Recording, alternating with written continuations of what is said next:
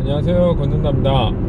네, 오늘은 제가 얼마 전에 경험했던 일을 좀 말씀을 드리려고 합니다. 최근에 부동산 투자해 보신 분들은 종합부동산세 고지서를 아마 받으신 분들이 좀 있으실 거예요. 이제 공시지가가 공시가격이 6억이 넘어가면은 거기에 이제 그 넘어간 부분에 대한 과세를 해서 세금을 매기는 게 종합부동산세입니다. 그래서 이제 웬만큼 좀 저기를 하시는 분들은 대부분 이제 종합부동산세를 내셨을 거예요. 저도 처음에 재작년인가 한 3년 전인가 처음으로 종합부동산세를 냈는데 100 몇십만 원이 나와서 깜짝 놀랐습니다. 이게 무슨 나 별로 지방 월세 조그만 거 이런 거밖에 몇 개 없는데 그런 게 나와서 정말 깜짝 놀랐어요. 그래서 작년에는 물건도 판 것도 있고, 그리고 이제 임대사업자 물건도 등록을 해서, 임대사업자 물건을 등록을 하면은 그게 이제 제외가 돼요. 제외라기보단 다른 사람의 것으로 이렇게 분리가 돼요. 그래서 종합부동산세 합산 배제라고 해서 따로 빠지는 게 있기 때문에 임대사업자 물건으로 등록을 하고 신청을 따로 해야 됩니다. 종합부동산세 합산을 배제해달라, 합산시키지 말아달라, 그리고 9월 30일까지 합산 배제 신청을 하라고 계속 또 공지가 와요. 그래서 올해는 계산해 보니까 제가 등록을 안 하면 또 꽤 낼 것 같더라고요. 그래서 임대사업자 물건을 등록을 하고 합산 배제 신청을 9월 30일 딱 당일에 했습니다. 해서 계산을 해보니까 한 20 몇만 원 정도 낼 것, 그렇게 계산이 되더라고요. 그렇게 하고 잘 됐겠지 하고 기다렸는데, 기다려서 저저번 주인가 고지서를 받았어요. 그런데 90 몇만 원이 나온 거예요. 이게 무슨, 근데 고지서 자체에는 계산에 대한 내용이 그 명세가 없어요. 그냥 총 금액이 얼마다, 종합부동산세에 대한 금액이 얼마다, 이것만 딱 나와 있는 거예요. 그래서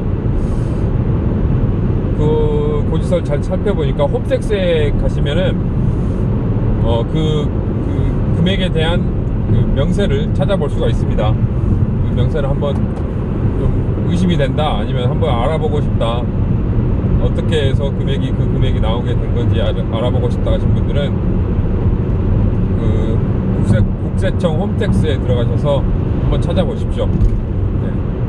그리고 이제 찾아보시면은 어떤 금액이 이제 과세가 어느 정도 되고, 어떤 집이 6억이 넘어가서 이 정도 금액이 과세가 돼서 이 정도의 세금이 나옵니다, 이렇게 나와요. 그래서 저도 이제 들어가서 봤는데 합산배제 신청을 한 아파트가 포함이 되어 있더라고요, 그 종합부동산세에.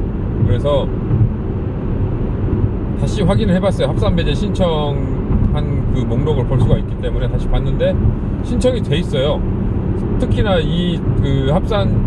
합산돼 있던 아파트는 작년부터 임대사업자 등록을 해서 작년에도 합산배제 신청을 했던 적인데 그게 포함이 돼 있더라고요, 종합부동산세에. 그래서 이거는 다시 확인을 해야겠다. 그리고 바로 그 다음날 전화를 했습니다. 출근하면서 바로 전화를 했어요. 전화를 해서 전화했는데 이제 담당자분이 아니시라고 그러더라고요. 동수원 세무서였는데 무슨 일 때문에 그러시냐 그랬더니 물어보셔서 제가 종합부동산세가 잘못 나온 것 같다, 제가 합산배제 신청을 했는데 신청한 목록이 종합부동산세에 포함되어 있다, 이렇게 말씀을 드리고, 그러니까 확인을 어떤 물건인지 확인을 해주시더라고요. 이제 가타부타 이제 맞다 틀리다 이런 건 말 안 해주는데 어떤 물건 말씀하시는 건가요? 이렇게 하면서 이제 그 물건을 확인을 했어요. 그리고 이제 메모를 해 놓겠다고 담당 조사관이 이제 오면은 연락을 드리도록 하겠다, 이렇게 연락을 했습니다. 그리고 나서 한 이틀 정도 후에 문자가 왔어요. 문자가 와서 12월 6일, 그러니까 지난주 금요일이었죠. 지난주 금요일에 어떤 90몇만 원에서 20몇만 원으로 감 처리되었습니다. 이렇게 문자가 왔습니다.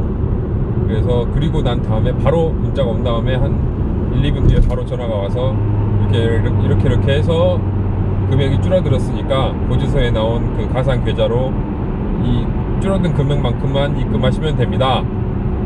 그렇게 연락을 받았습니다. 네. 가만히 있으면은 한 70만원 돈을 그냥 낼 뻔했어요, 세금으로. 네. 임대사업자 물건 등록하라고 그래서 등록하고 합산배제 신청까지 했는데 다 또 이건 뇌피셜인데 다 수기로 한다고 그러더라고요, 그거를. 그러니까 해놓고 나서 목록은 쫙 빼놓고 나서 이걸 다 그냥 눈으로 보고 이렇게 그걸 목록을 정리를 한다고 그런 이야기를 들었습니다. 뭐 목록을 눈으로 해서 좋은 것도 있겠지만 이렇게 어이없는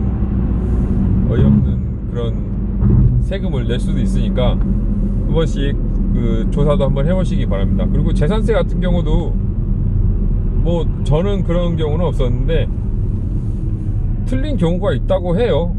어떻게 해서 틀리는 건지 모르겠지만 틀린 경우가 있으니까, 게다가 이제 그 임대사업자 물건 등록한 경우에는 재산세 이제 감면 같은 것도 되기 때문에 그것도 한번 확인을 해보셔야 되고, 세금 그러니까 금액이 뭐 10,000원, 20,000원 이렇게 된 것들은 뭐 크게 뭐 우리 생활에 크게 부담은 없잖아요. 그런데 뭐 이거 50만원, 70만원 이 정도 돼버리면은 너무 크잖아요. 그러니까 한 번씩 한번 체크를 한번 해보시고, 종합부동산세 낸다고 하니까 저희 부동산 카페에서도 나도 종합부동산세 내고 싶다 뭐 이러시는데 전혀 이거 부러울 일이 아닙니다. 서울에 있는 분들은 좀 부러워요.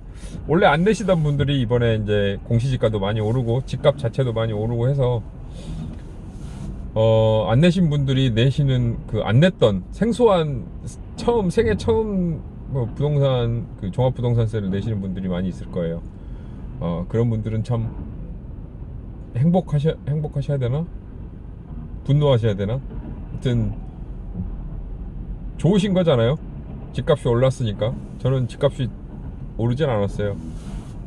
지금 실거주 빼놓고는 실거주는 올랐네요. 그런데 이제 다른 가지고 있는 것들은 하나도 오르질 않아서 뭐 그렇게 썩 기분 좋은 상황은 아닙니다. 또 이번에 말씀드린 거는 종합부동산세라든지 아무튼 재산세라든지 한번 받으시면은 한번 계산을 뭐 정확하게 하실 필요는 없어요. 대충 이 정도 맞으면은 뭐 그 언저리에서 내셔도 되죠. 네.